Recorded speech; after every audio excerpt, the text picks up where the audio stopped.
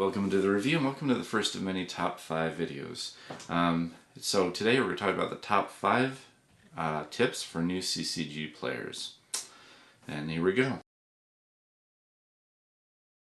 Spend time reading and understanding the rulebook and other instructional resources or materials in the game.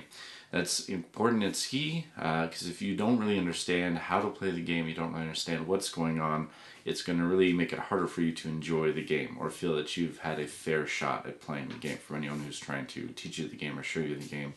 So that's what you need to really understand that. Now, I will say that there are games that have become so bloated, Star Trek and Star Wars, for example, that do have a glossary versus a rulebook. I'm saying read the rulebook. The glossary you can look at specifically in term, and it specifically states it's meant to be a reference.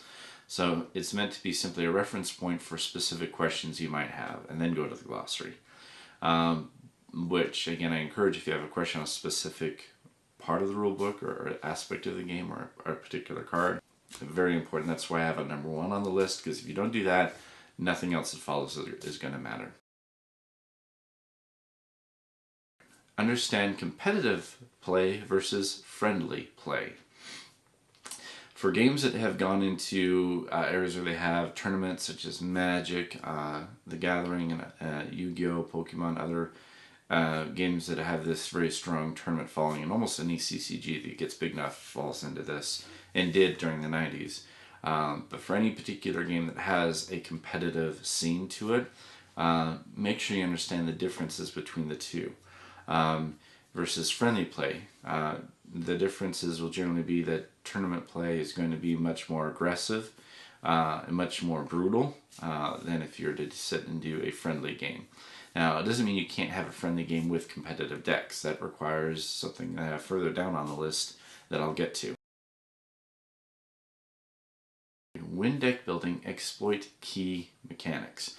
What I mean by that is there are certain mechanics for CCGs that if you focus on will give you a real adage or benefit or advantage in the long run. So, for example, the Star Trek CCG from Decipher First Edition. That game, you had a limit of 1 card play per turn, and you drew 1 card at the end of the turn.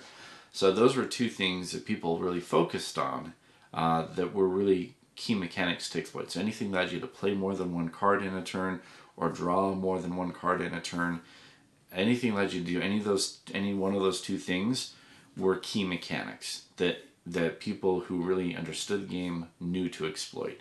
And if they exploited those, then that really gave them an advantage in the game.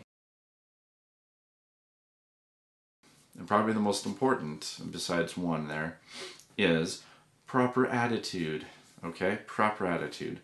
And what I mean by that is I term this attitude that needs to be there if you're going to get into CCGs and understand it and enjoy it is an attitude of fun, learning,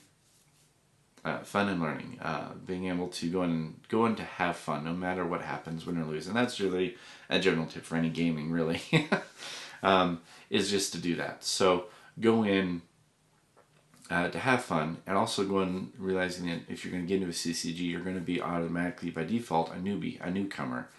So if you're getting into it, if you're going to go into it, realize that you're going to be learning a lot.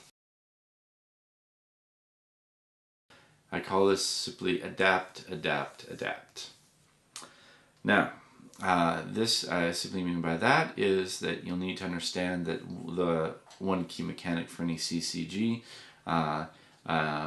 is that it evolves, it grows, it changes, and there may be a lot of change or there may be minimal change. But either way, the very nature of a customizable card game is one wherein that it grows, it will evolve, and you'll have differences that have changes in mechanics and games and cards.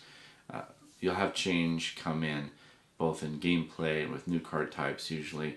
So you need to be able to change and to be open to that, adapt. Especially for card games that have different formats, such as Magic that has a standard and a modern format. So that's it. Those are my 5 tips.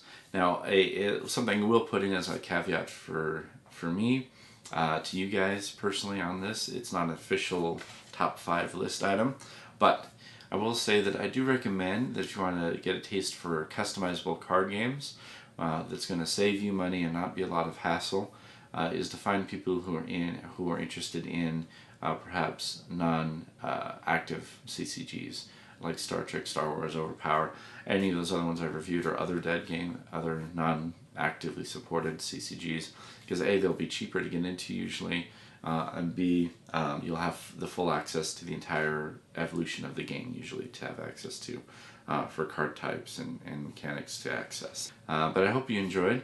But yeah, those are my 5 tips for new CCG players getting into a new customizable or trading card game.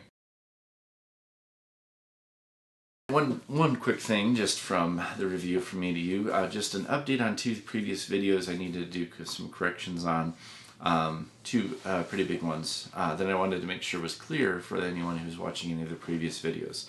So I did a game run through and explanation in terms of 2 games, Animayhem and more recently Doctor Who CCG, and I wanted to just do some corrections. The first correction on Animayhem that I had gotten wrong initially is that you can play as many characters as you want. So you're not limited to one. You're not limited to one character per turn. You can play as many characters as you want per turn. So that's the important update for the CCG Animayhem CCG. So again, you can play as many characters as you want in a turn that you have to play.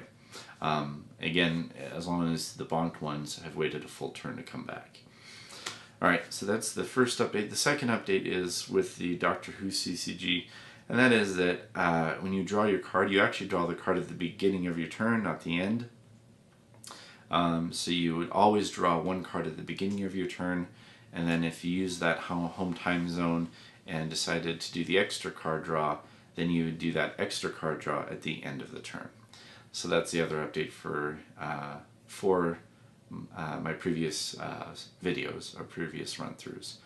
But there you go. I just need to give you a quick update so that you're aware of those updates for the game and the rules so that you have that going forward playing those games. But that's it. So again, thank you and have a Happy New Year.